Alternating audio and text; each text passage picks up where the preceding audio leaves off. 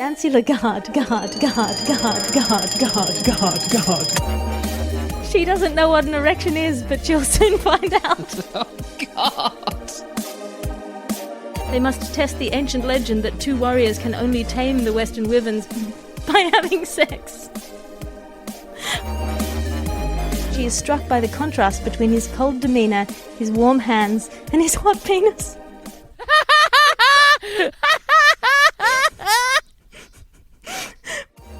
The Guardian described the Wicked Wastrel as, quote, a surprising amount of fingering and a creamy breast.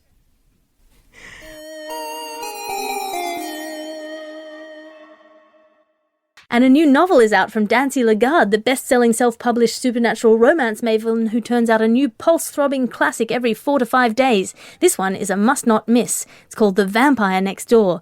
Feisty flamehead virgin HR manager Rowena has a new hot neighbour who seems too good to be true. A man who makes her feel extremely physically aroused every time she sees him and seems to spend a lot of time staring at her hotly through the curtains at night. He's breaking into her reserve to invade her dreams. But DeForest Tyshan is even more than he seems. A half-vampire, half-leprechaun detective, he's a sort of man with a very plan. First, he has to find the evil renegade wizard he's tracked to Fayetteville, Arkansas, and second, he needs to claim the woman next door as his own. He can feel in his leprechaun blood that she's fated to be his pot of gold, until the wizard turns the table and suddenly Rowena is in danger. Now DeForest knows that he cannot wait any longer to claim the woman his heart and soul burns for. He has to tell her who he is, what he wants, what he is, and that she has to bang him if she wants to live. Rowena will have to accept him on his terms and without a proper interview process. Her life and her HR career depends on it. The Vampire Next Door is already getting rave reviews, so make sure you make it part of your shameful Kindle reading on your next commute. The Vampire Next Door by D'Ancey LaGuarde, available only online to be downloaded in all good newsagents and bad bookshops. Are vampires generally the most problematic of the monsters? No, they always ask for consent to enter, at least. Oh, that's true, yeah. A vampire can't come in unless you give them permission. Yeah, so... Although, having said that, once you give them permission, you can't then... Revoke permission, I wonder? Revoke that permission. But you have to give them permission every time? Yeah, so I think in that sense they are very problematic. As opposed to, any kind of zombies or ghosts, which, as you all know, ghosts only have penises if they die with their penis out. And a new book is out by self-published bestseller and supernatural romance thriller maven D'Ancey LaGuarde. Discover genre-busting Once Upon a Time, his series of fairy tales set in a pond and rewritten for the modern age. D'Ancey answers all the questions left unanswered by traditional folklore with his steamy sex scenes, heart-pounding action sequences, and complete rewriting of the fact scenarios, characters, and morals. What happens when a frog kisses a frog? Find out in Once Upon a Time. Why hasn't anyone ever tried writing a 40-page homoerotic sadomasochistic bangfest with all the wicked stepmothers in all the stories at a British girls' boarding school? Find out in Once Upon a Time. How does a mermaid Find out in Once Upon a Time. Once Upon a Time. Find at all participating booksellers and cheap bed and breakfasts. And the newest novel is out from maniac and self-published romance thriller maven D'Ancey LaGuarde, The Wet Ones. After witnessing the murder of his mother by a mermaid, half-vampire, half-accountant Count Bloodmaths of Sesame makes a deal to sedate his need for vengeance. He'll catch the mermaid who did the deed, but he'll pay for it with his crown. Millie, wet princess of Atlantis, has never known the true cruelty of the forbidden drylands firsthand, but she will soon. When she is captured by Bloodmaths, the halfling prince with murder in his eyes and the sea's accounts in his blood, she knows he will make sure of that. But he finds his moist prisoner too appealing to fully torture and decides to extract information with his penis. His honour knows he should kill her, but his heart and penis disagree, a statistic of 2/3 that leaves him torn between vengeance and the need to bang. The rules of the land and sea are changing, secrets of the past are spilling, and spreadsheets are getting out of control. And all because of a vampire count and his little mermaid. Whether they live or die, nothing in the realm will ever be the same. That's out now from D'Ancey LaGuarde, available at all airport bookshops and some newsagents. And a new novel is out from self-published bestseller romance maven D'Ancey LaGuarde, The Lost Duke, a graphic novelette that explores the crossover between steamy romance and children's entertainment books. The Duke is wearing buckskin breeches and glossy boots, a high-necked cravat tied in the mathematical style, and his hair is impeccably beautiful. Find him in a series of complex era-specific pictures so that he can return to his ancestral estates and save the tormented Lady Cassandra from her day job as an impoverished relation bringing knitting to her merciless cousin Lady Frumplesby. Pursue the Duke through a series of ballrooms, gambling dens, gentlemen's clubs and horse races so he can look past Lady Cassandra's apparent lack of status to the super-hot noblewoman within. Where is he in this complicated picture? Is he top left-hand corner behind that stylish barouche? No, that's his rival, the charming but roguish Viscount Slatterly. Can't you see that coat of arms? Duh. Is he in the bottom left, tupping that wench in a house of ill repute? Of course not. That's Lady Cassandra's wastrel brother Hugo, the very reason she's been forced below her station into the demeaning but acceptably genteel position of lady's companion. Better get your shit together, Hugo, before Cassandra is forced to accept Viscount Slatterly's cynical offer of a loveless marriage. Is that the Duke? Buy D'Ancey LaGuarde's The Lost Duke and find out. Available in all children's and adult bookstores. And a new novel is out by self-published supernatural romance maven and online bestseller D'Ancey LaGuarde. It's called Upside Down Sex. Daniel is a successful banker on Wall Street. He left his tormented history behind, and his half-breed status as a half-vampire, half-underwear model is all in his past. Everything's going Daniel's way, except for one small problem. His insatiable bloodlust and the mysterious half-woman, half-octopus who crashed through his ceiling and is turning his life and his heart upside down. Okay, that's two problems. But Daniel's comfortable assumptions will be shattered by their passionate connection, and he'll have to confront his heritage. How will he reconcile the half of him that's an underwear model with the rise and fall of the stock market? And how will he win the heart of a woman/octopus with a mind of her own? Is she too clingy? How did she get on the ceiling? Why can't he stop thinking about her when he's trading on the stock market floor?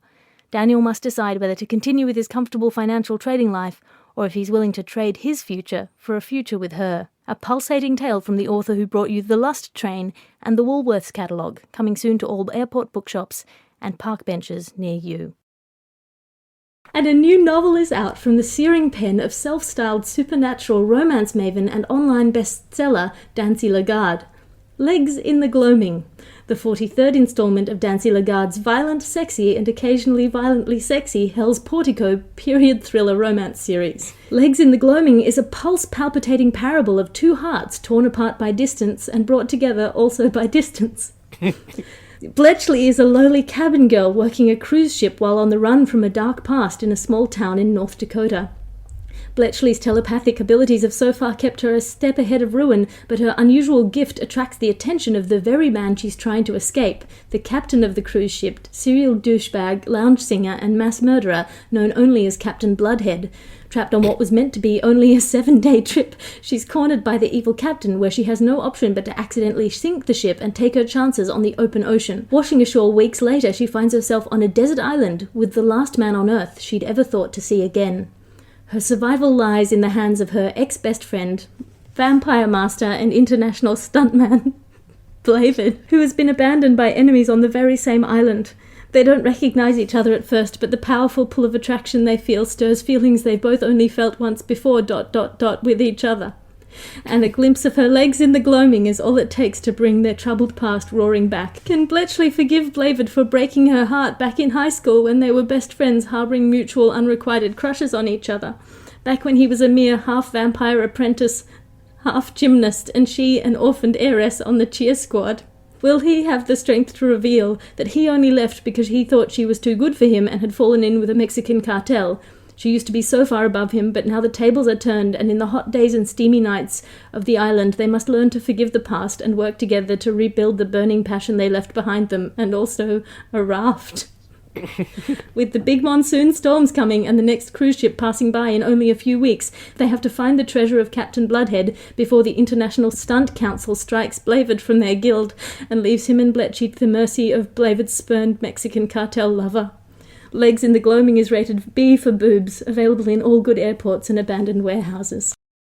And a new novel is out by self-published romance maven and online bestseller D'Ancey LaGuarde. A supernatural romance period thriller, Dark Bridges of the Heart is already a favourite among D'Ancey fans. Delilah is an orphaned aristocrat, student at the prestigious Pinkerton Academy for Female Girls, but she's hiding a dark secret. When she's blamed for burning down the school in a freak arson accident, she's claimed by her mysterious guardian, Declan. At first, he just seemed like a very handsome and mysterious man with a troubled past, but he has a secret from before that's hovering over his shoulder. Does it have anything to do with the prophecy that's engraved on her left shoulder? And why do they have the same dream whenever they're forced by circumstances into sharing a bedroom, even though they're both wary of attachment?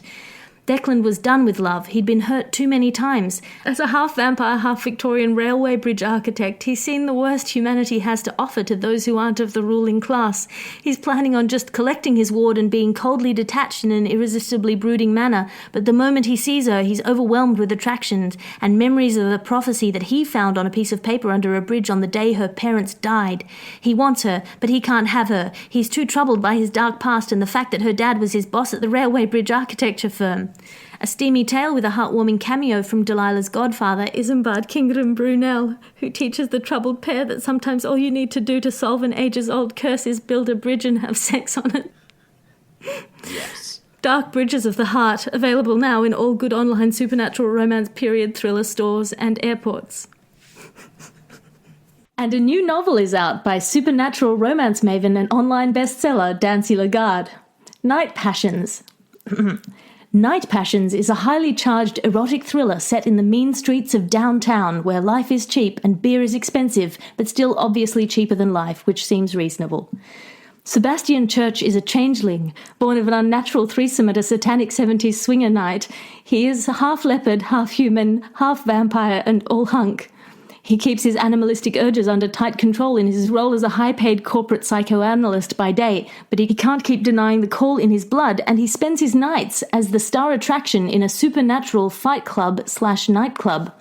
Brunella is a part-time medium working night shifts on the door of a supernatural nightclub/fight club to support her dream of becoming a full-time medium. But when she has a vision of match-fixing in the club, she finds herself dreaming of the tall, dark stranger whose aura she can't read. As Sebastian and Brunella are drawn into a web of intrigue and night fights, they must solve the crime together and uncover the sinister undercover nightclub, fight club, match-fixing cabal while also having sex. What does their relationship mean? Will Brunella ever be able to trust a man who is half leopard when she is deathly allergic to cats? And can a medium with cat allergies and a leopard vampire hunk psychoanalyst gladiator ever make it work? The answer is yes, but it takes a long time to get there. The Guardian called Night Passions one of the most graphic descriptions of a leopard's penis they've ever seen. The Times called Night Passions the second most graphic description of a leopard's penis they've ever seen, but refused to disclose the first most graphic description of a leopard's penis they've ever seen. Night Passions, available now in all airports and under bus stop benches. Buy it now and enter the night. And a new novel is out now by self-published supernatural romance maven and online bestseller D'Ancey LaGuarde. Get Your Bits In is a riotous romp through the world of modern America with a classically rugged hero and sassy heroine combo updated for today's high-tech world. Salandra is a humble Etsy merchant with a lust for e-commerce and a lushly curved figure. She spends her days working on her laptop in a local coffee shop, jacked up on caffeine and hope. She fantasizes quietly about the other customers in the coffee shop, but she knows at the ripe old age of 24 her time for youthful romance has passed. Little does she know that her cafe crush, looming romantically over his laptop on the next table over, is Henk. Henk is a half-vampire, half-tech billionaire, keeping his feet on the ground by working from a cafe whose IP he owns. When Henk's business rivals from the supernatural underground stage a violent takeover of the coffee shop, Salandra is drawn into an age-old conflict by Henk's side. Can she overcome her small-town Etsy prejudices against tech billionaires to listen to her heart? Can Henk overcome his rigid schedule of intermittent fasting, high-intensity interval training, and paleo blood orgies, and let love in, even though it might mean an unoptimized life? Thrill as they alternately resist and succumb to the passion that flares between them. Laugh at the hilarious misunderstanding where he tormentedly confesses that he's a vampire, and she just thinks he's admitting to the role that Silicon Valley entrepreneurs play in propagating late-stage consumer capitalism while purporting to disrupt it. Puzzle as the vampire conglomerate tries to launch a search engine. Get Your Bits In, a modern romance. On sale now, in online newsagents only. And a new novel is out by supernatural romance thriller maven and self-published bestseller D'Ancey LaGuarde. The Dim Menagerie is a violent, sexy, and occasionally violently sexy installment in LaGuarde's best-selling series of late Edwardian, early Victorian period detective romance thrillers with a supernatural twist. Set in the mean streets of a rapidly industrialising London, the Dim Menagerie sweeps you into a world of coal and corsets. Devon is the bastard son of a duke forging his own way in the emerging world of commerce. Half vampire, half Victorian doctor. He's got his hands full figuring out the implications of germ theory while lusting for the blood of his patients. But there's something missing. Something missing, that is, until he meets a lady being set upon by footpads in a dark alleyway and rescues her with his sword stick. Violet is a sassy suffragette with an anachronistic vocabulary, an elasticated corset, and amnesia. She doesn't need a man, but she can't remember why.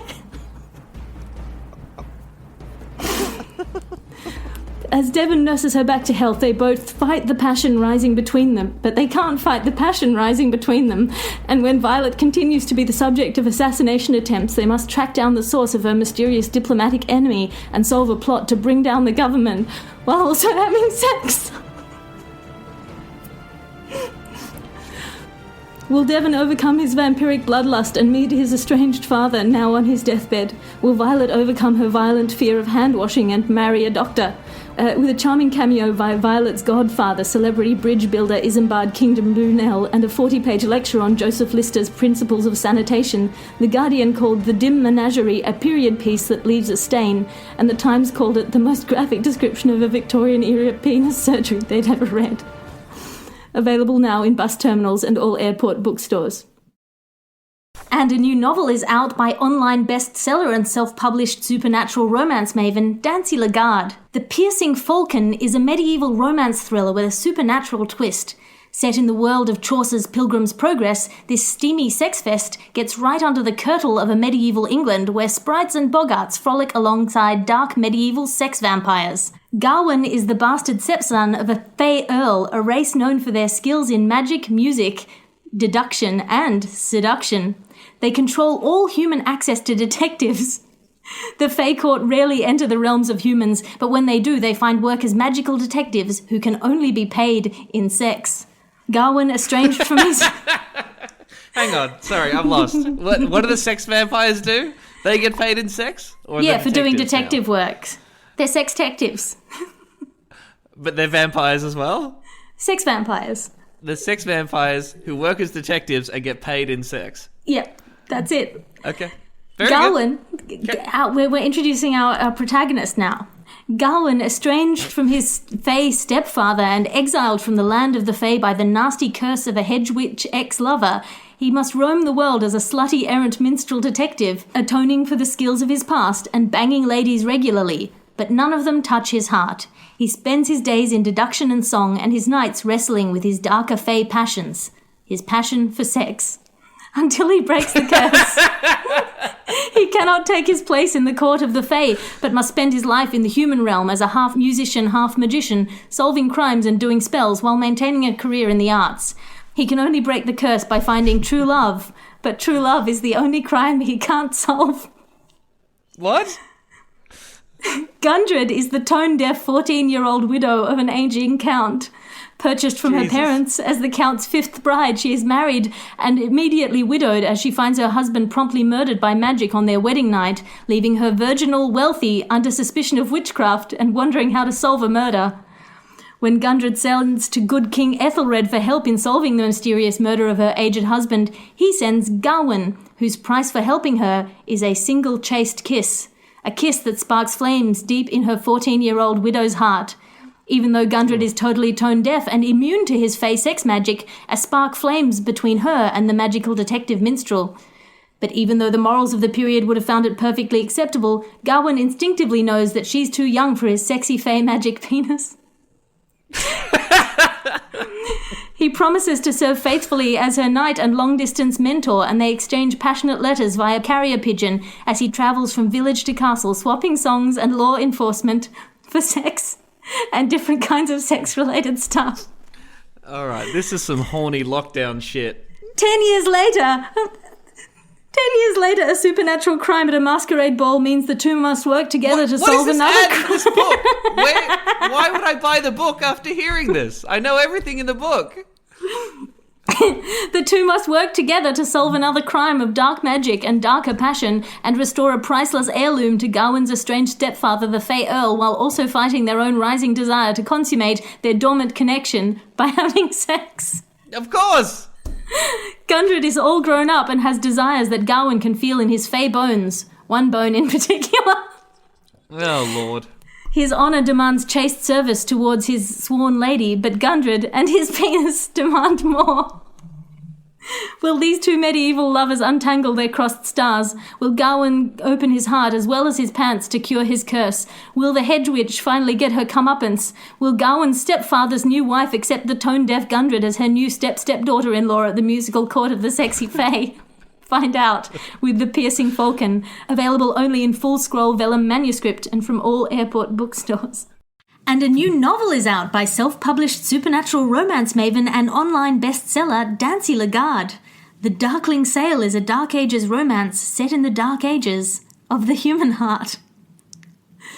Thurn is the son of a Viking chieftain, a half-Viking berserker, half-vampire, tasked with guiding a ship to England's rich shores for conquest. He spends his days raiding and pillaging, but it doesn't fill the hole in his heart. He's looking for a lady, but he can't let himself be vulnerable lest he reveal his terrible secret. His Viking bloodlust hides his secret lust for blood. Ethelfroth is a maiden working at a convent to escape her terrible past.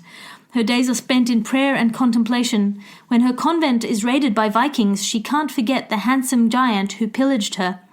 Captured as a slave by the brutal Vikings, she wants to be angry, but she can't resist the ruffianly allure of the giant captain, and when she is assigned to his household, she must prove that she can be more than just a captured servant. She can be her own woman, and maybe his. When the Viking village is haunted by a local witch, only Ethelfroth has the skills to take her down, and Thurn must support her independent womanhood as they uncover a network of wicked witches, dire wolves, and local politics, while also having sex. The Guardian called The Darkling Sail completely historically inaccurate, and the Times said it had the most graphic description of Viking toilet habits they'd ever read. The Darkling Sail is available in English and Futhark from all good train platform bookstores. And a new book is out by self-published romance maven and online bestseller D'Ancey LaGuarde. Training for Passion is the next in LaGuarde's critically bemused Victorian romance thriller series with a supernatural twist. Lachlan is the bastard son of a duke, recently back from the subcontinental colonies and disillusioned with the life of the British aristocracy. He spends his days navigating railway investments in London's coal-smoke-clogged streets, and his nights playing cards with the notorious Hellfire Club while spying on his fellow nobles for the crown. Balancing his responsibilities as an espionage agent with his job as a railway investor, Lachlan's secret job hides a dark secret. During his time in the colonies, he was bitten by an infected mosquito, and now he's half vampire, half malaria victim. He's sworn to avoid a loveless marriage like the one his father had, but he does need a gin and tonic. Reginalda is an American heiress visiting London to check on her family's investments. She sticks out like a sore thumb because she's too sassy for England's refined upper class, and she scandalizes the haute ton with her sassy American ways and her creamy breasts. The last thing she wants is a man to check her restless ways, but when she's taken hostage by the sinister Hellfire Club during a scandalous game of cards, she swears she'll marry the first man to rescue her. Enraged by her creamy breasts, Lachlan has had it up to his impeccably tied cravat with the infuriating heiress, and ragefully saves her from his criminal frenemies. Driven into a hasty marriage by her reckless vow and damaged reputation, Lachlan and Reginalda must negotiate their newly married state, unmask the ancient Hellfire Club members, and negotiate a railway contract while also having sex. The Times called Training for Passion an extremely aggressive depiction of Victorian railway contracts, and The Guardian called it a last stop on the road to literary legitimacy for LaGuarde. Available now in all airport bookstores and under your chair in a live television game show. And a new novel is out by self-published romance maven and online bestseller D'Ancey LaGuarde. Oh, great. The Dragon Lord's Lady is the 15th in LaGuarde's groundbreaking fantasy romance detective thriller series with a supernatural twist. Belenthian is a ruthless mercenary, the bastard son of the Dragon King, proving himself to his estranged father by running merchant caravans through the wild desert wastes of the Blighted Quadrant. His dragon cunning serves him well in the cutthroat trade cities of Saranthablin. But his human half can't help hungering for a more settled life and a maiden of his own. Salexandra is an orphaned healer of one of the recently demolished witch tribes, travelling across the Blighted Quadrant to claim her inheritance from her aunt, the sexy, sinister, feminist witch queen. Trained as an assassin on spec by a wandering assassin who was adopted by her witch tribe, Salexandra prefers to use her skills for healing, but sometimes a girl's just got to become a whirlwind of graceful death. When her caravan is set upon in the desert by fanatics seeking the death of the Witch Queen's heir, she's the only survivor, which is basically the opposite of what the fanatics were going for. Protected by her magic amulet, she's all alone in the desert with nowhere to go until Belenthian's caravan picks her up and saves her life. Belenthian is broodingly reluctant to bring on a useless extra mouth in his economically viable caravan, but Salexandra promises to exchange healing and assassination services for passage through the desert. She wants to be annoyed by his mercenary ruthlessness, but she's drawn to his brooding muscularity and his unusually high core temperature. When he falls ill from a rare Blighted Quadrant dragon fever, she uncovers his dragon secret and draws him back from the brink of death with the only cure from dragon fever, which is having sex. They should part when they reach the trade cities of Saranthablin, but Belenthian's dragon has bonded with Salexandra and he promises to protect her on her way to her feminist witch aunt. What will happen to their burgeoning romance when he finds out that Salexandra is the Witch Queen's heir?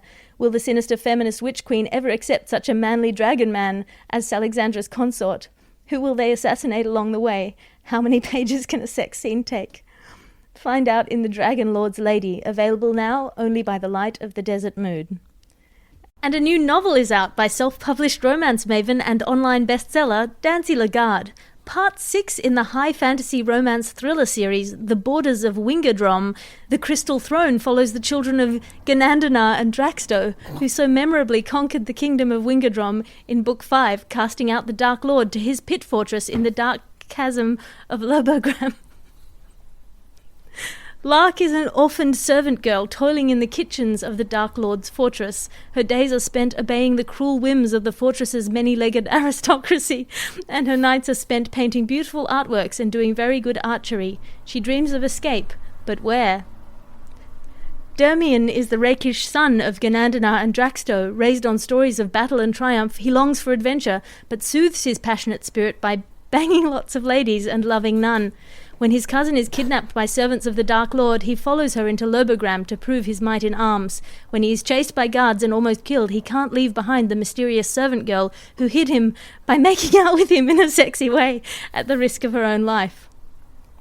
Dragged from her lowly position in the depths of the Dark Lord's fortress and dressed in beautiful clothes that show off her creamy breasts and fiery eyes, Lark thrills to find herself a lady in the court of Wingerdrom, but she feels like an imposter until her paintings are seen by Ganandanar and Draxto, who realise she must be the daughter of their loyal minstrel/artist/painter friend Greg, who, if you remember from the previous book, sacrificed his life to save them.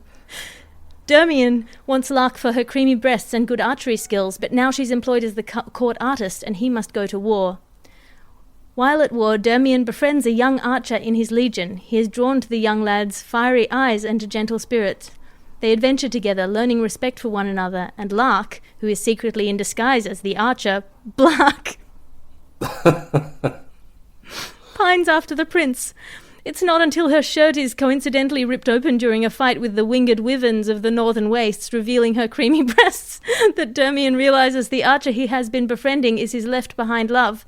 They must test the ancient legend that two warriors can only tame the western wyverns by having sex. But will it ruin their friendship? Will Dermian ever be able to forgive Lark her deception, or will it break the burgeoning trust between them? Will the two of them tame the wyverns and bring them back to fight for Wingerdrom? Does anyone remember Dermian's cousin from before? Find out in part 7 of the high fantasy romance thriller series The Borders of Wingerdrom. To be continued, ... The Crystal Throne, available in all good book vans and when the clock strikes 3. And a new novel is out by self-published romance maven and online bestseller D'Ancey LaGuarde. Down for the Count is the untold gritty adult take on a children's classic. Eccentric Lord Gerdidian Countington III, known as Count to his friends, is the disgraced son of a vampire count, half vampire, half maths teacher. He suppresses his lust for blood with his lust for teaching maths. Sick of the debauched entertainments of the vampire court, he retreats to his country estate to wrestle alone with his dark passions. Cassandra is an outcast, cursed by a witch to spend only nights in her true form of a tall, golden-haired maiden, and her days in the form of a giant bird.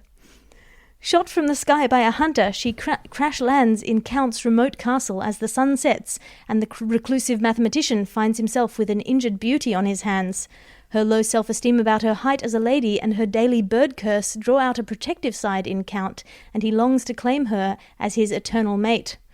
As Cassandra recuperates under the Count's meticulous care, she is struck by the contrast between his cold demeanour, his warm hands, and his hot penis.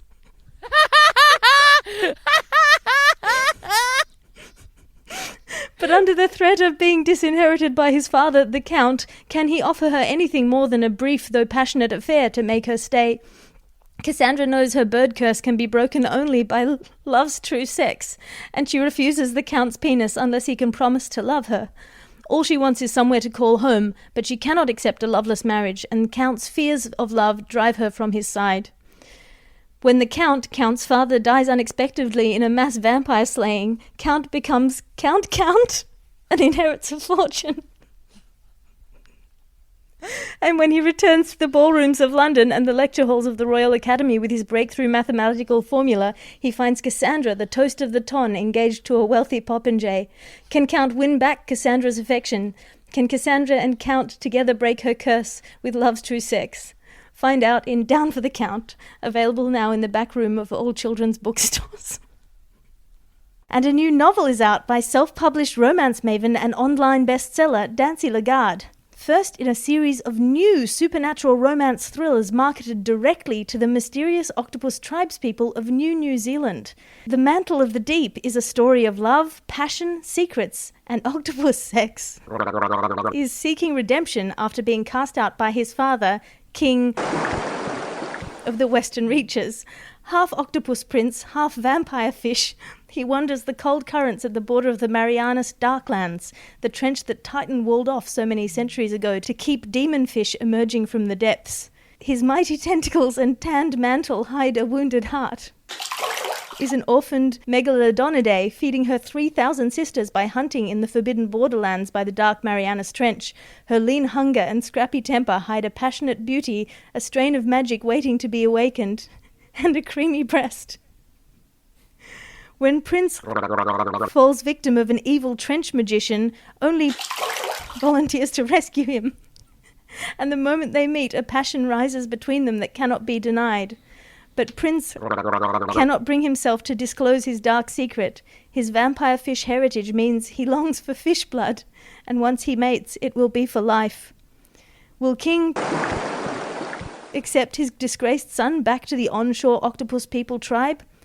Can their tentacles entwine forever, or will they be ripped apart by the cold currents of the heartless ocean? Will the evil trench magician seek his revenge?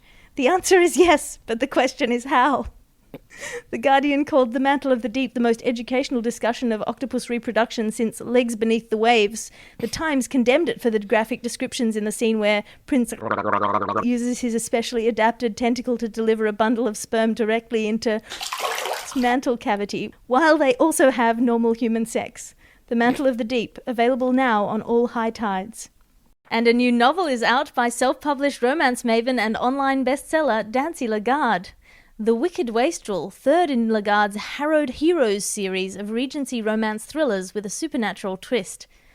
Dominic is a scandalous peer of the realm. Wealthy, titled and dangerous, he can have any woman he wants, and he's bored of dodging matchmaking mamas. Until one night when his carriage breaks down on the side of the road and he's helped by a passing governess travelling alone to a family estate in Kent. Elizabeth is an impoverished and orphaned daughter of a duke, making ends meet in the genteel occupation of governess, though she finds it difficult to be hired because she's too sexy. Elizabeth knows how to protect her reputation and isn't usually the type to court danger, but when she sees the muscular Baron waiting by the side of the road, she impulsively rescues him and his muscled thighs. But then her carriage breaks down and they must spend the night unchaperoned. The two of them insist Dominic was the soul of propriety, but society knows only that she spent the night in his arms and honour demands they wed. Dominic proposes a sexless marriage because he hated his father and fears perpetuating a cycle of aristocracy, but how can he resist the luscious auburn locks and creamy breasts of his innocent new wife? Especially when she keeps having nightmares that mean he has to manfully hold her till dawn while ignoring the potent erection that reveals his longing. She doesn't know what an erection is, but she'll soon find out. Oh, God. Elizabeth may be an orphaned governess, but it doesn't mean that she's a slag, even though when she sees her handsome new husband, she feels throbbings in places she never knew could throb. But he said he doesn't want to bed her, and she doesn't know about erections yet. Can she reveal her family curse, the thing that's giving her nightmares, the curse of being half sexy lady, half kleptomaniac? Or will Dominic find out when she accidentally steals his heart? Together they must reveal their deepest insecurities and solve a rash of robberies while also not having sex in a number of very intensely sexy ways that will inevitably lead to them having sex. The Guardian described the Wicked Wastrel as, quote, a surprising amount of fingering. And the Times called it moist. The Wicked Wastrel under your seat in cinemas now. And a new novel is out by self-published romance maven and online bestseller D'Ancey LaGuarde. A Night of Passion is book 1.8 of the Night Clock Patrol series of modern detective romance thrillers with a supernatural twist. Our heroine is Callie. They call her a bitch because she's half detective, half werewolf, and all bitch. Callie is wearing a leather jacket with her flaming locks of auburn hair, her tiny waist, and her old-fashioned creamy voluptuousness. She's a sassy rebel, and she doesn't care who knows it. Despite her famed bitchiness, she's endlessly loyal to her friends and keeps doing things that are nice, even though everyone calls her a bitch. Until she meets her new partner, Marcus. Recently retired from a job bodyguarding the most famous vampire lords. He's f***ing massive and has a perfect body, and she first meets him while he's reading a book with his hair falling over his noble brow. But he's haunted by his dark past and is very rude to her at the same time as being hot. He's the careful one, with his military rigidity and massive torso, and his masculine protectiveness offends Callie's independent bitch spirit. Also, he's a werewolf also, but a different kind. They become nemesises, even though they're both attracted to each other and have to work together and have a mutual professional respect, but their nemesisness is mainly limited to saying sassy things to each other and saving each other's butts from life or death situations. Yeah, Callie spends a lot of time saying, men. It's not until they accidentally get nude in the course of a mission together that she sees his terrible sexy scars from his time in the military and understands that she's not the only person hiding her sexy scars under the facade of being a bitch. But just as Marcus hears Callie defending him to their boss and asks her on a date, a dark force arises, explaining the string of unexplained murders they've been sexily working on together. Callie is kidnapped and Marcus has to rescue her, but then vice versa because of feminism. Wounded and sexy, they recuperate together in Callie's expensive flat that she inherited from her rich grandmother by accidentally seeing each other coming out of the shower or waking up nude from a nightmare until they have sex. The Guardian called A Night of Passion an almost astonishing idea of how people interact, and the Washington Post called it a triumph of towels. A Night of Passion, available now in the back container of all motorcycles. And a new novel is out by self-published romance maven and online bestseller D'Ancey LaGuarde. Oh, God. King of the Gloom is number 7 in D'Ancey LaGuarde's modern supernatural romance thriller series with a supernatural twist. Dananon is 500 years old. Lucinda is 18. He's an immortal warrior. What? Okay, He's an immortal warrior. Yep. She's an intern at a landscape designing franchise with a secret passion for the harp. He's a bastard son of a demigoddess and a male sea witch, half man, half demigod, so I guess like a quarter god, heir to the kingdom of night. They meet one night while Lucinda is playing harp in the park and is set upon by a gang of feral highway persons.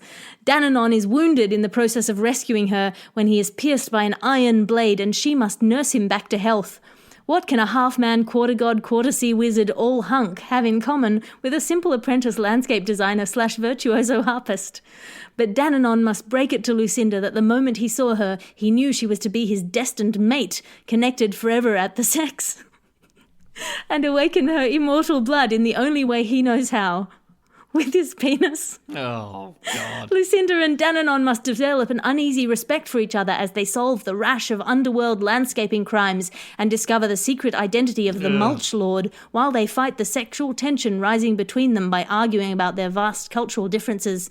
But they can't fight the sexual tension rising between them, and they resolve all of their arguments with the fiery passion of sudden sex scenes. Lucinda must wrestle with the fact that she's eternally bonded to a sexy near stranger while uncovering nefarious doings at her landscape design firm.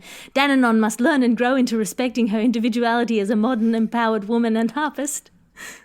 Lucinda refuses his sexy offer of immortality until her sassy housemate, Isabella Kingdom Brunel, a super wisecracking descendant of the legendary railway designer Isambard Kingdom Brunel, heir to the Kingdom Brunel railway empire, gives her some sage advice about how hot he is before pairing up with Dananon's merman secretary. King of the Gloom, available on all deep-sea tankers and oil rigs or written on the sand at high tide near you. And a new novel is out by self-published romance maven and online bestseller D'Ancey LaGuarde. The Lord and His Man is the 43rd in LaGuarde's Manly Men and the Men Who Love Them series of historical homoerotic detective romance thrillers with a supernatural twist. Lance is a lord, negotiating the heterosexual pressures of the Regency marriage mart with the help of his plucky valet, Blade, a muscular man of lowly birth and mighty thews, whom Lance impulsively hired when Blade highwaymaned him in the moors one stormy night. As Blade lavishes tender attention on the arrangement of his master's cravat each day, their eyes meet lingeringly, but both are held back by the fear that their love is not reciprocated. Both must constantly adjust uncomfortable erections that each attributes to various buxom women in a comedy of errors and throbbing lust. It's not until Blake's dark past returns to haunt him in the form of the helpful ghost of an ex-highwayman ex-lover while he is helping Lord Lance bathe his creamy pecs in an anachronistic bath scene that Lance realizes he has a chance with the gentle beefcake valet who just fainted onto his erection. And also that Blade has magical powers. But he must solve the crimes of which Blade is accused before his heart's desire is hanged for highwaymanery. And what about Lord Prancling?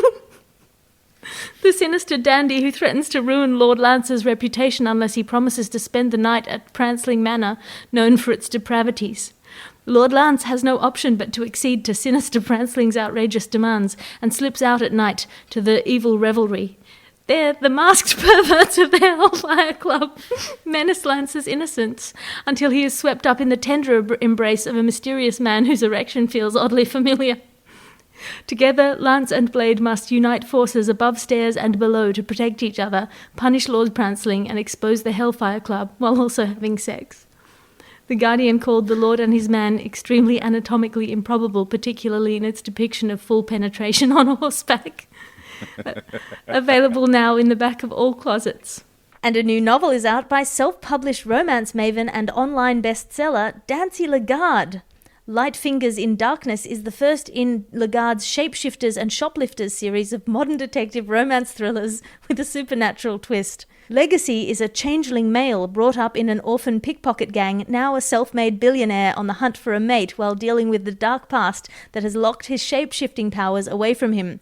He can only change when he is in moments of extreme anger or lust, and that's not always appropriate. Lara is a part-time bartender, part-time biochemist, part-time detective who can't stop thinking about the quiet billionaire who drinks alone at her bar. She wants to hear his secrets and soothe his pain, but she must struggle against her fear of billionaires that came from her first abusive billionaire boyfriend. She's afraid of making herself vulnerable to love and money. He's afraid of accidentally turning into a leopard and eating her in his sleep. Legacy wants Lara just as much as she wants him, but he doesn't want to hurt her feelings by murdering her by accident. Together they must work through the passion that is rising between them if they're to have any chance of forever. Lara must use her biochemistry skills to solve the secrets that lie in Legacy's blood and figure out how she can tame his inner beast. As heat simmers between them, they must restrict themselves to mutual fingering, while they solve the mystery of who locked Legacy's power away from him and whether it was Lara's abusive billionaire ex-boyfriend, which it obviously was. Will they be torn apart by their mutual fears, or will they finger their way to success?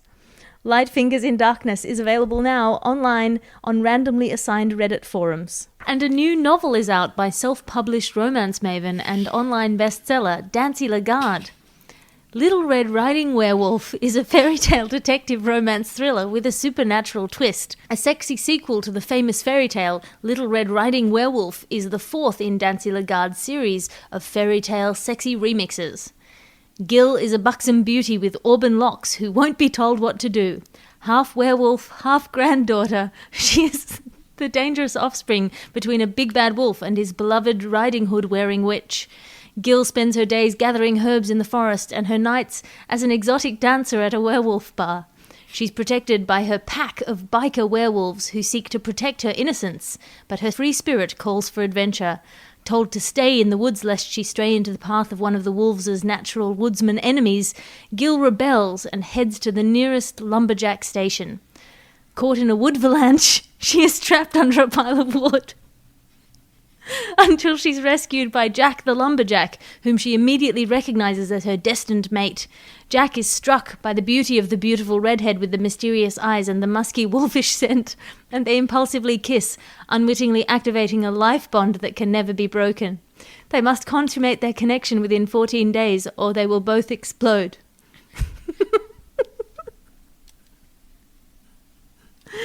But Gil demands a proper courtship and love before she is mounted by her fated mate.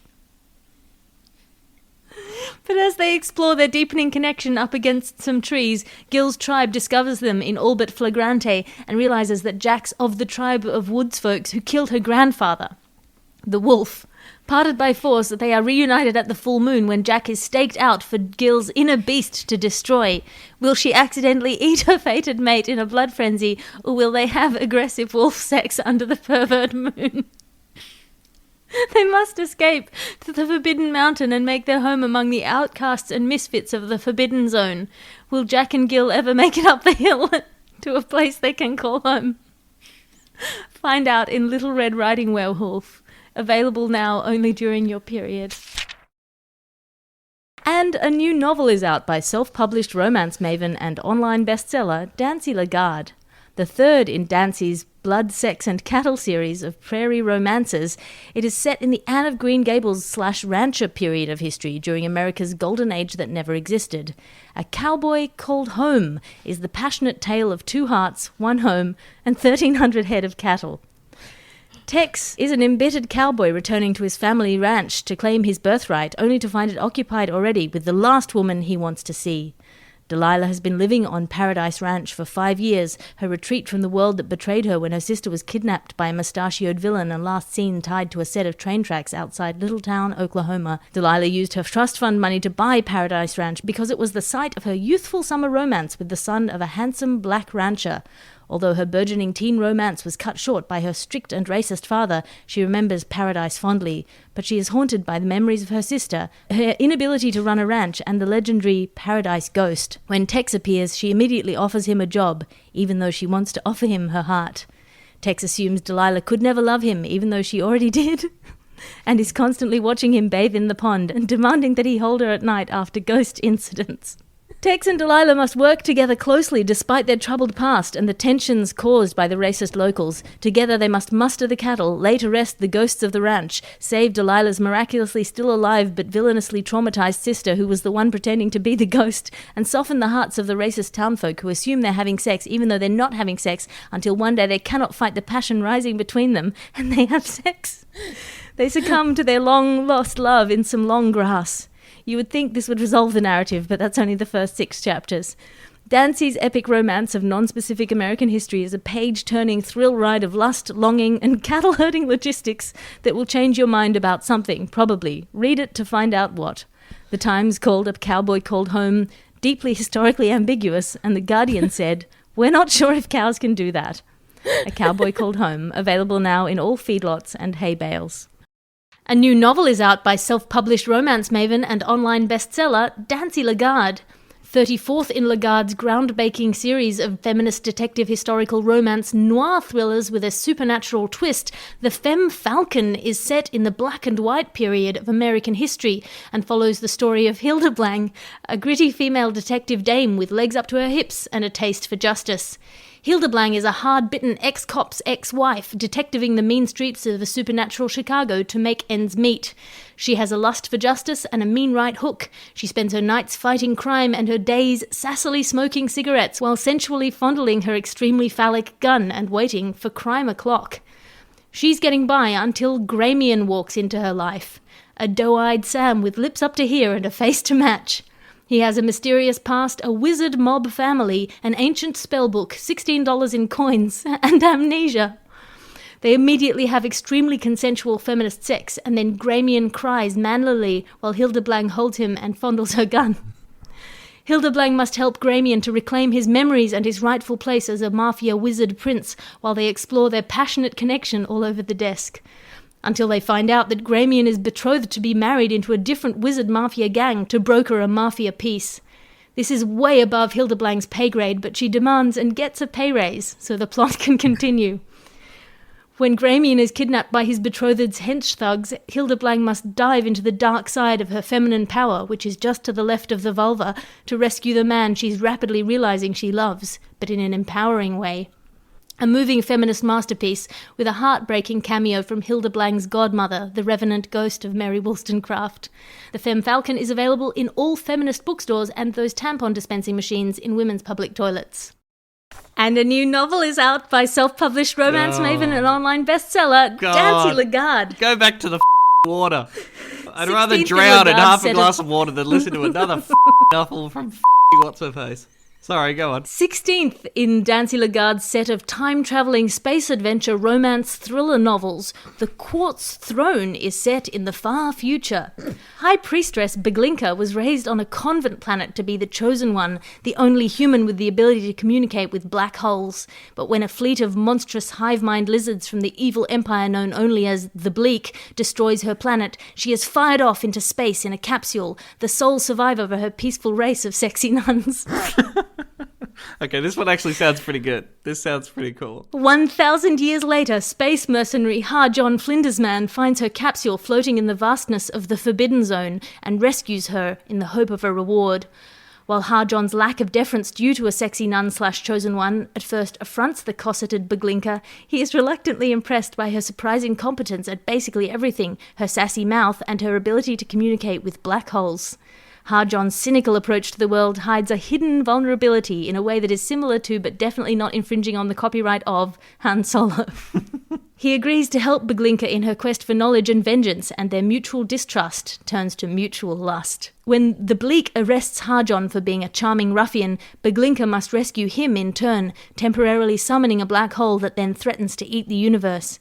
As a sexy nun, her ravening uncontrolled power can only be stopped by Har-Jon's love, and she submits her power along with her virginity to his spaceman's seductive touch. Oh, God. But the proximity to the black hole has cast them into a different time and place. Together they begin the long trek home in a way that is similar to, but definitely not infringing on the copyright of Star Trek Voyager. Join Beglinka and Har-Jon on their continuing adventures through the Forbidden Zone of love. There it is. Available now in all museum bookshops and all good fantasy book fairs except the one in Bath, who are being real douches about restocking. Meanwhile, a new novel is out by self-published romance maven and online bestseller D'Ancey LaGuarde. Oh my god, I can't wait. I've listened to these on the podcast and I love the D'Ancey LaGuarde ads. Okay, let me go on. D'Ancey LaGuarde. Lord Pransling's Redemption is the 44th in LaGuarde's Manly Men and the Men Who Love Them series of historical, homoerotic, detective romance thrillers with a supernatural twist. Hey, let me read the ad. Lord Edgard Pransling is a villain, a blackmailer, a dandy, and a cad. His powdered wig, effete manner, and ruby-encrusted heels hide a tormented soul and surprisingly ridged abdominal muscles. Ooh. Are his abs creamy? It doesn't say in the write-up whether his abs are creamy. Allow me to continue. His remarkable violet eyes, framed by his gold quizzing glass, look sinisterly cynical, but beneath the beruffled front of his starched linens beats a wounded heart. Thwarted in his villainy by lance and blade in the prequel, The Lord and His Man, Edgard returns defeated to the prancling country estates to lick his pride and brood on his foiled plans and guilt regrets. There he is riding neck or nothing over the menacing moors of Prancling Manor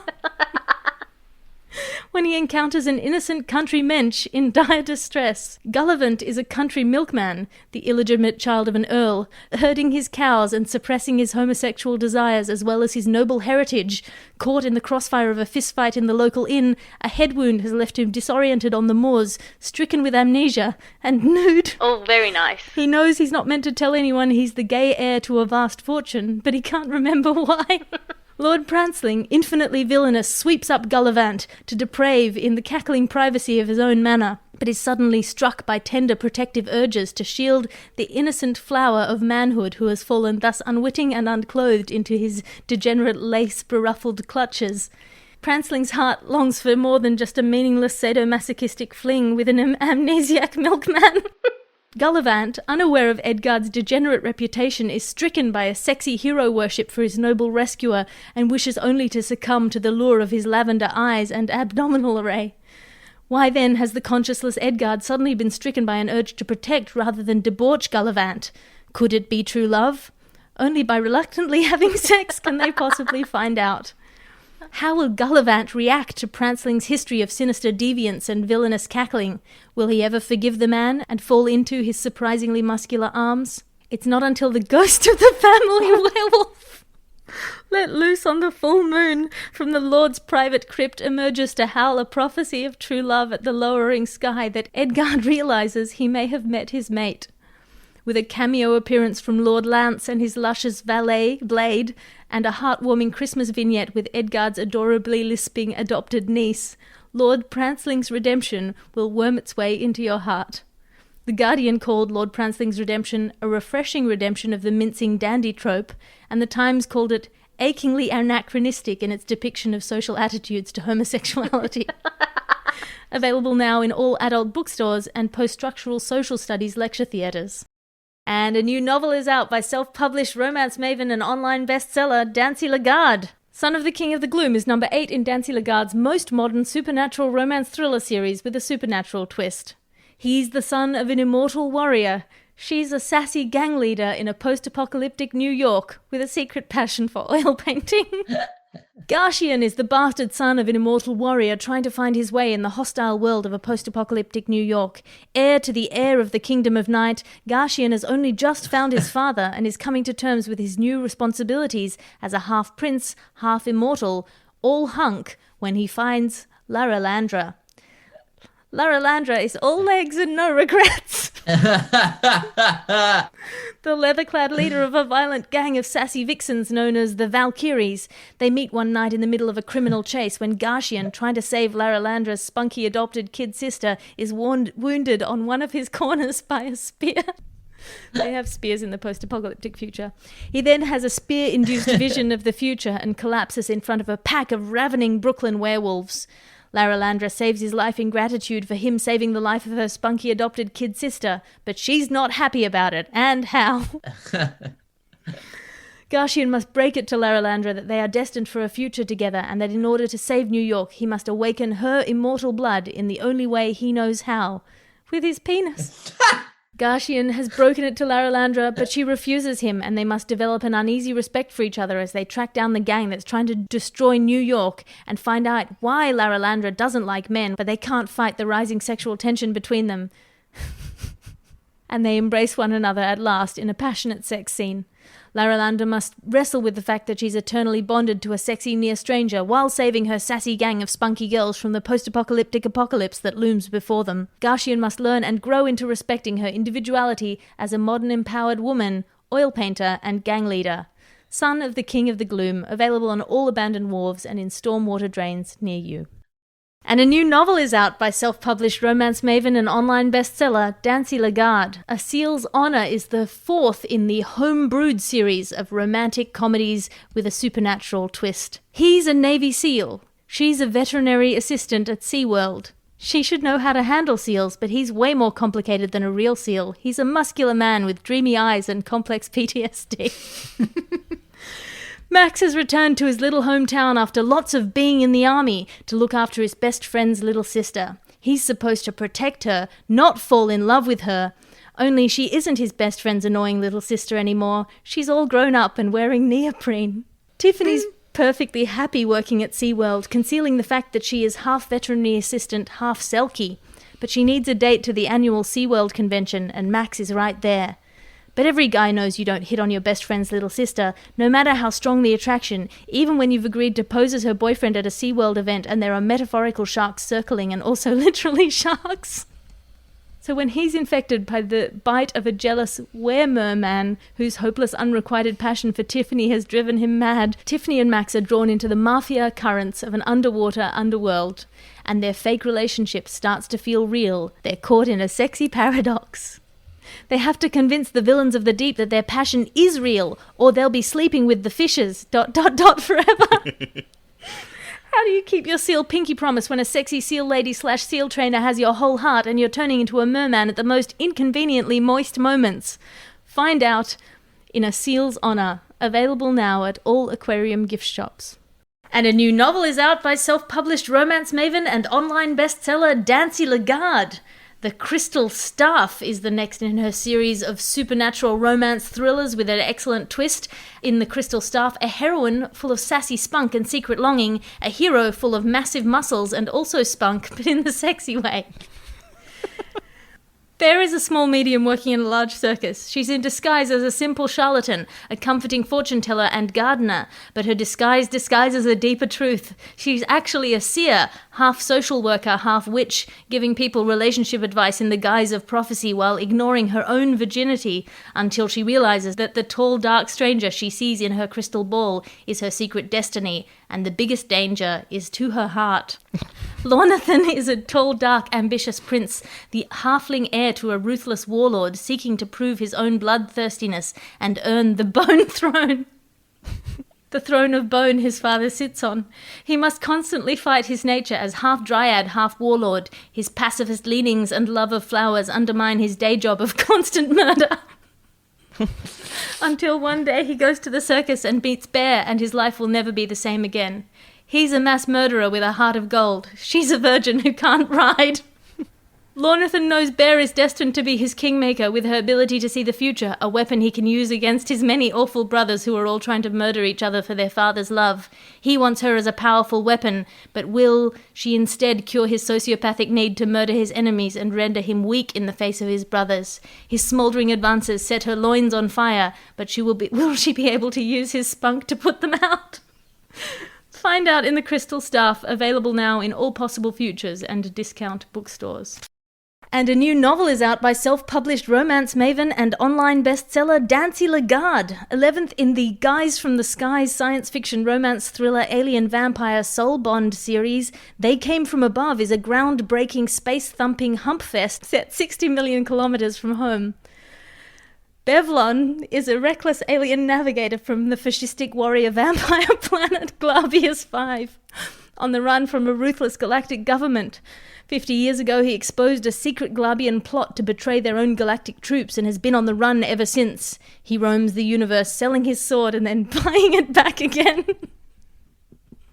With money he gets from other jobs and from seducing powerful women for their secrets. When he crash lands on Terra 3, an Earth colony, he meets Max, an innocent farmstress uneducated in the ways of the seductive alien vampire race. Max isn't even sure she believes in sexy alien vampires, but this one has just landed on her porch. He offers to pay for his bed and board with his sword, but she needs a farmhand, and while she might fantasize about this particular farmhand's firm hand, she gets a firm grip on herself and the fact that she's been dreaming all her life about the sexy alien vampire warrior who saved her father from a government plot back in the 40-60s. Is Bevlon the man she's been dreaming of? The answer is yes, but find out how, as Bevlon has the answers she craves and he can help her find the lost treasure of her family. Together they enter the seedy world of slave auctions, battle a powerful alien queen whose diseased blood turns humans into cannibals, and discover a passion unlike any other. That's They Came From Above, and available in every good bookshop. And a new novel is out by self-published romance maven and online bestseller D'Ancey LaGuarde. D'Ancey LaGuarde's Three's a Crowd is the first in LaGuarde's new series of post-apocalyptic romantic fiction with a supernatural twist. A post-apocalyptic wasteland torn by an age-long war. A woman torn between two men. She can't have them both. Or can she? College is a hard-bitten apocalypse scientist, immune to zombies and living in a cave near to a human settlement above the ruins of what used to be New San Francisco.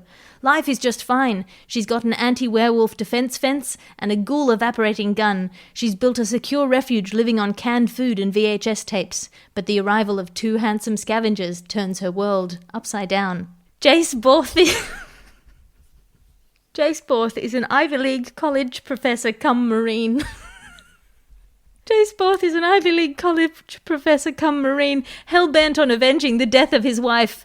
Duncan Chen is an ex-police psychoanalyst and half-werewolf who's lost everything. His pack, his home, and his mind. He's only alive after Jace rescued him from a waterfall, and now he's bonded to the Marine. Duncan needs Jace for his sanity, and in return he protects Jace from his dangerously chivalrous instincts. College reluctantly opens her home to these two dangerous men just before the monsoon blizzards shut them in for a 3-month season of isolation. And soon passion simmers in every corner of the cave. And the cave is a polyhedron. So that's a lot of passion. Within the blizzard-bound security of their hidden cave, sharing resources equally, College's attraction to both Jace and Duncan simmers in sexy dreams and in increasingly explicit Jungian campfire stories, until eventually a shower accident sees her falling into Jace's thoughtful yet muscular arms. But Duncan is suffering with his visions that can only be cured by tenderness, and their mutually repressed attractions explode into their first extremely logistical sex scene. As things between the threesome heat up, College finds herself falling for these two opposite men. Can the men work past their differences to love her, or will they need to protect College and the fact that one of them's a werewolf? Drive her away from them and into something much more dangerous, the monsoon blizzard that no one has ever survived before, that she stomps out into after a 3-way fight about who has to wash up the VHS tapes after dinner. Find out what happens next in Three's a Crowd, available in all good post-apocalyptic romance fiction bookstores.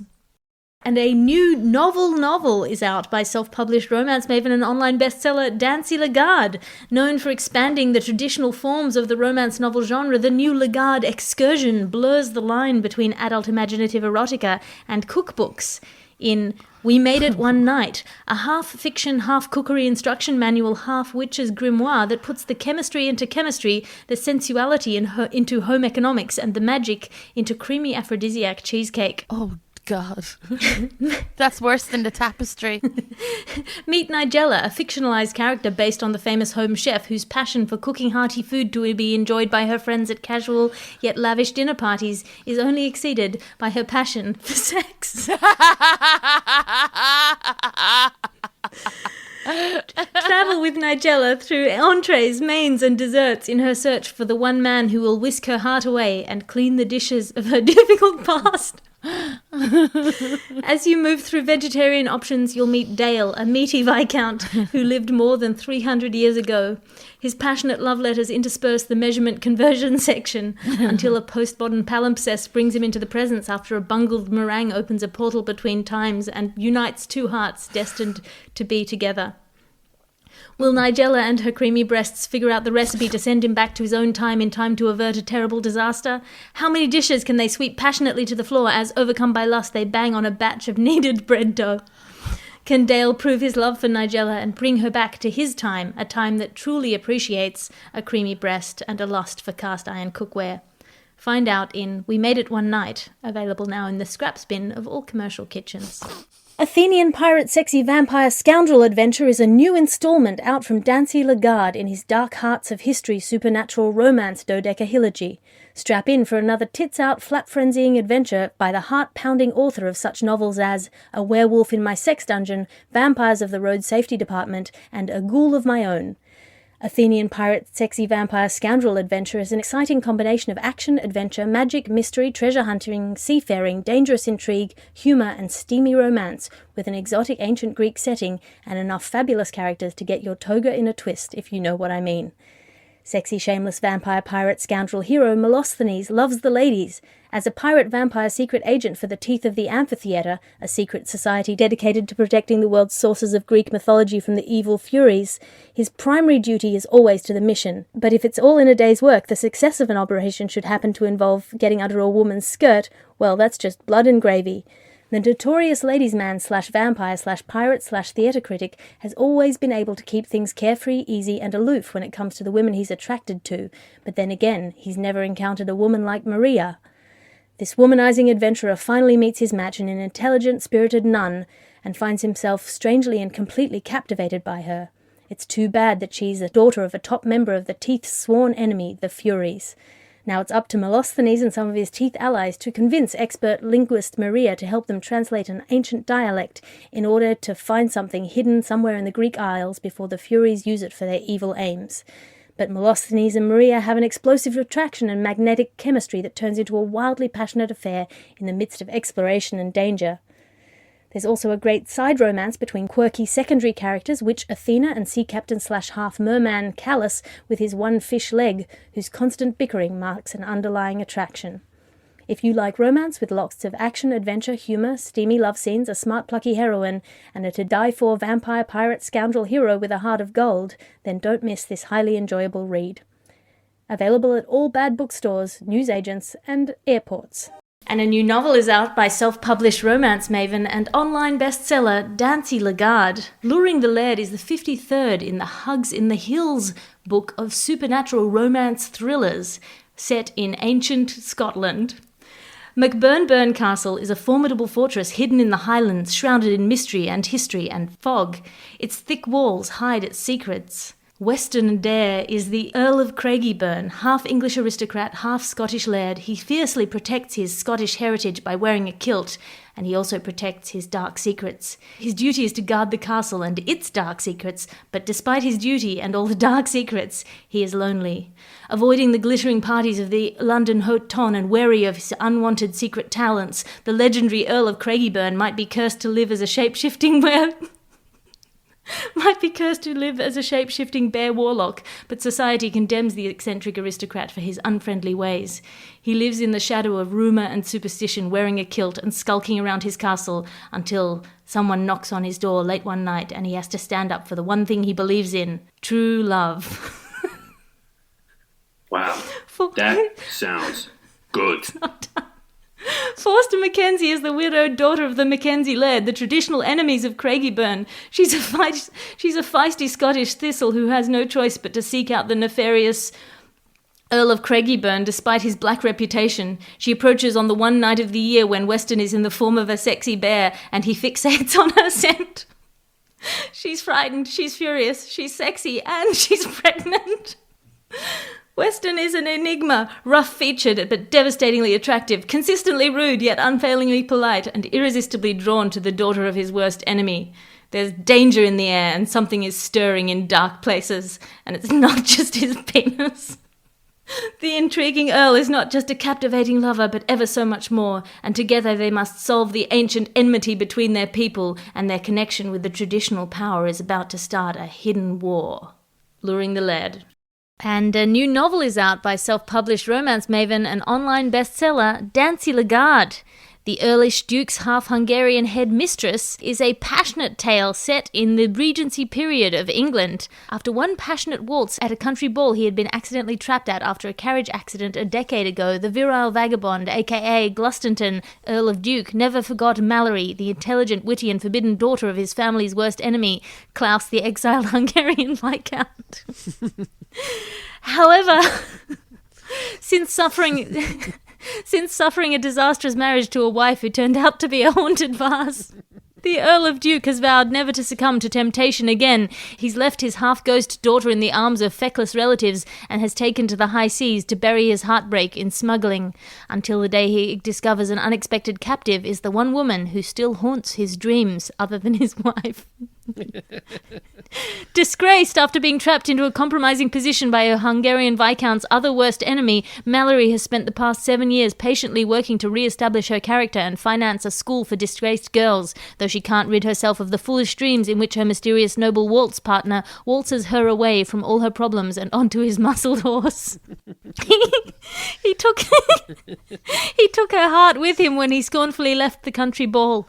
Over the years, Mallory has played the part of the perfect governess, but on overhearing a treason plot threatening her Hungarian Viscount father, Mallory deliberately allows herself to be kidnapped. When she awakens on the ship of the man who broke her heart, the virile vagabond tempts Mallory with a smouldering but restrained passion she cannot deny, and all the ship's biscuits she can eat. Despite the passion raging between them, he returns her to shore unravished, leaving her with a bag full of gold and him with balls full of unspermed passion. With the mysterious pirate Earl's ill-gotten gains, Mallory knows she has finally saved enough money to finance her school for disgraced girls, but she knows she can't be an Earl's mistress and a headmistress at the same time. When the Duke's daughter arrives at the stroke of midnight in her half-built school, the two are faced with a question. Can true love overcome the terrible past, and will the half-ghost daughter walk in on them in the middle of a passionate embrace, forcing them to marry despite her Hungarian father's disapproval? Find out in the Earlish Duke's half-Hungarian headmistress. Available now in all abandoned mansions. And a new book is out by self-published romance maven and online bestseller D'Ancey LaGuarde. The Greek Baron's Pregnant Concubine and Other Short Stories is a compilation of short stories set as spin-offs of LaGuarde's most popular and beloved worlds, including The Cog and the Lady, an intriguing short story that combines espionage, romance, betrayal, and illegal magic set in a steampunk alternate Tsarist Russia.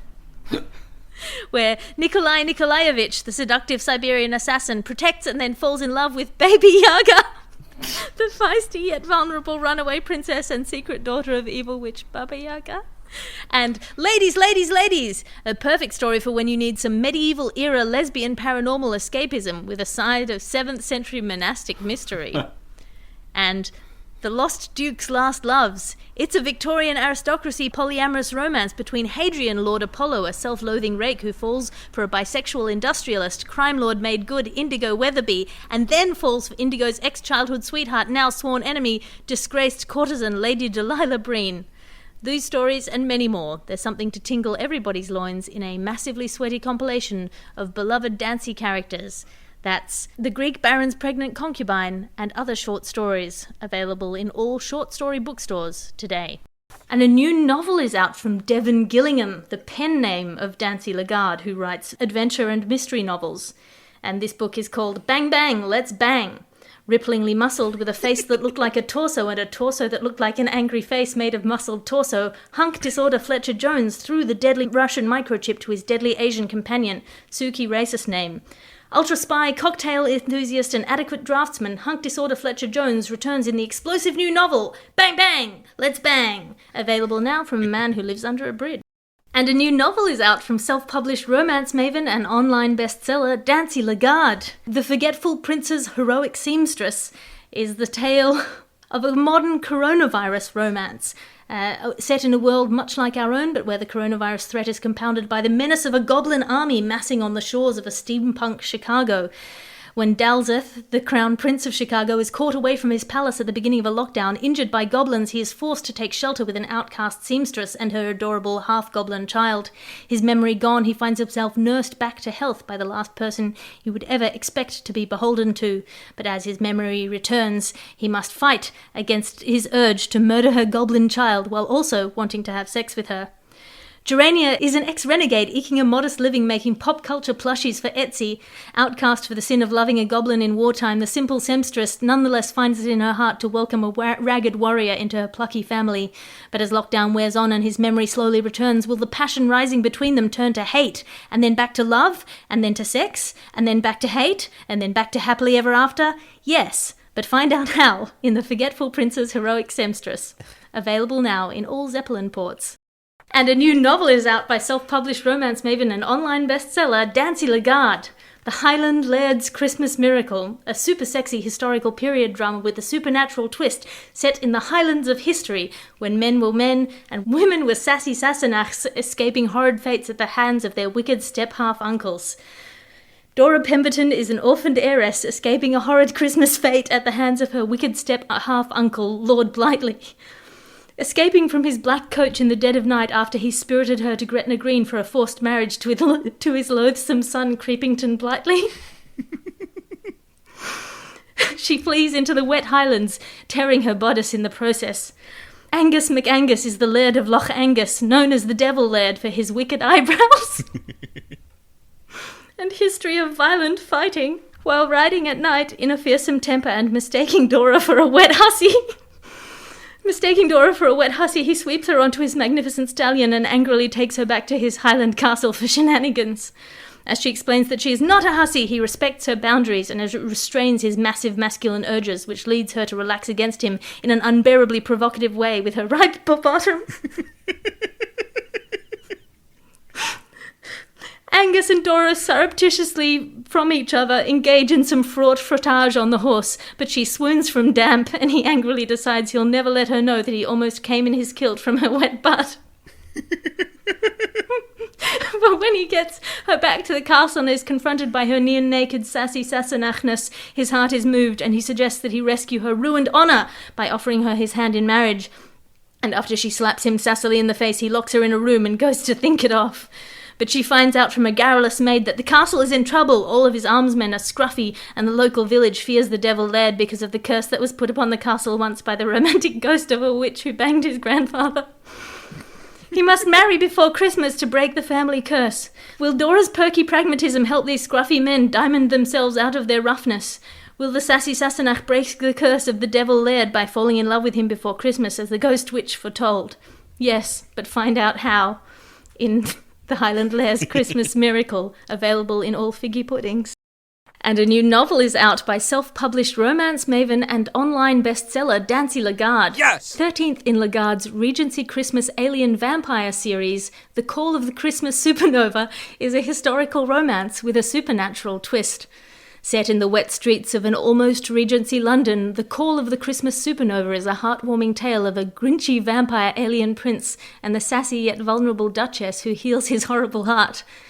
Stranded in Regency London after the crash of his interstellar vampire ship and the destruction of all his people in the recent supernova wars, Lothian assumes the identity of a man about town and goes around all the gambling clubs playing faro and resisting the urge to drink the blood of his colleagues. When he rescues a genteel young man in distress, he succumbs to the flashing passion in the man's unlikely violet eyes and rescues him away to his country villa. Claridia is an orphaned duchess, escaping the tyrannical rule of her horrible trustees who wish only to marry her to the worst possible man, Earl Witherington, a smelly rake with gout and perversions. She disguises herself as a man in order to win herself back at cards from Witherington, but when she is challenged to a gun duel by Witherington, she is only too grateful to accept the help of this mysteriously sharp-toothed gentleman. Trapped by pre-Christmas snows in Lothian's luxurious villa, she begins to uncover his space secrets as he begins to awaken her secret sexiness. When she loses her shirt in a mistletoe accident, revealing her creamy breasts. It's happened to us all. Revealing her creamy breasts, Lothian must nobly kiss her according to ancient custom without revealing his massive erection. But he is tormented by his dark secret. If he engages in full penetration, penis in vagina lovemaking to anyone, he must immediately eat them. Unless it's his one true love, and on Christmas, which among his alien vampire people is a special day also. But if he doesn't make love on Christmas, he will die. Will Claridia be able to win the esteem of this passionate prince before the clock strikes midnight on Christmas Eve? Yes. But find out how in The Call of the Christmas Supernova, available in all gift wrapping counters and pop-up dollar store festive decor outlets.